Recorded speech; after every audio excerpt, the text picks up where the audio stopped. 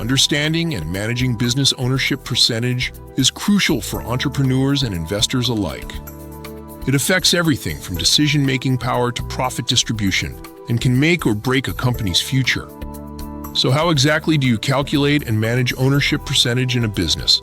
At its core, ownership percentage is primarily determined by financial contributions to the company.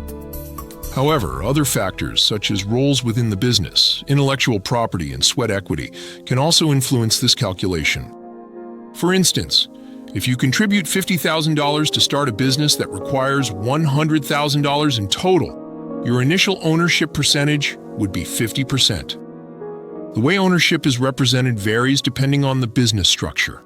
In corporations, ownership is typically divided into shares. If a company has 10,000 shares and you own 5,000 of them, your ownership percentage is 50%. For limited liability companies or LLCs, ownership is usually determined through agreements among members, often based on capital contributions, but can be adjusted as needed. It's important to note that ownership percentage can change over time, especially for startups seeking external funding.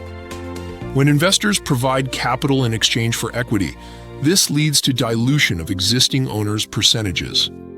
For example, if you initially owned 75% of your startup, but then give 25% to an investor for funding, your ownership would decrease to 56.25%. To protect founders and key employees, many companies implement vesting schedules.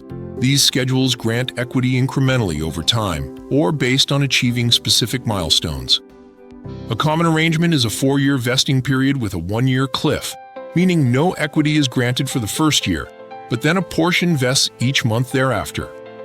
Buy-sell agreements are another crucial tool for managing ownership. These agreements establish rules for ownership transfers, covering scenarios such as an owner's retirement, death, or voluntary exit. They often include a right of first refusal, allowing existing owners the first opportunity to buy shares before they are offered to external parties. Ownership percentage calculations extend beyond traditional businesses to real estate and investments as well. In real estate, joint tenancy typically involves equal ownership, while tenancy in common allows for unequal ownership percentages based on investment contributions. For startups, it's critical to balance the need for funding with maintaining control. Accepting only necessary funding and allowing for organic growth can help founders retain a larger ownership percentage. However, multiple rounds of funding will inevitably lead to some dilution. In conclusion, calculating and managing business ownership percentage involves careful consideration of financial contributions, business structure, funding needs, and legal protections.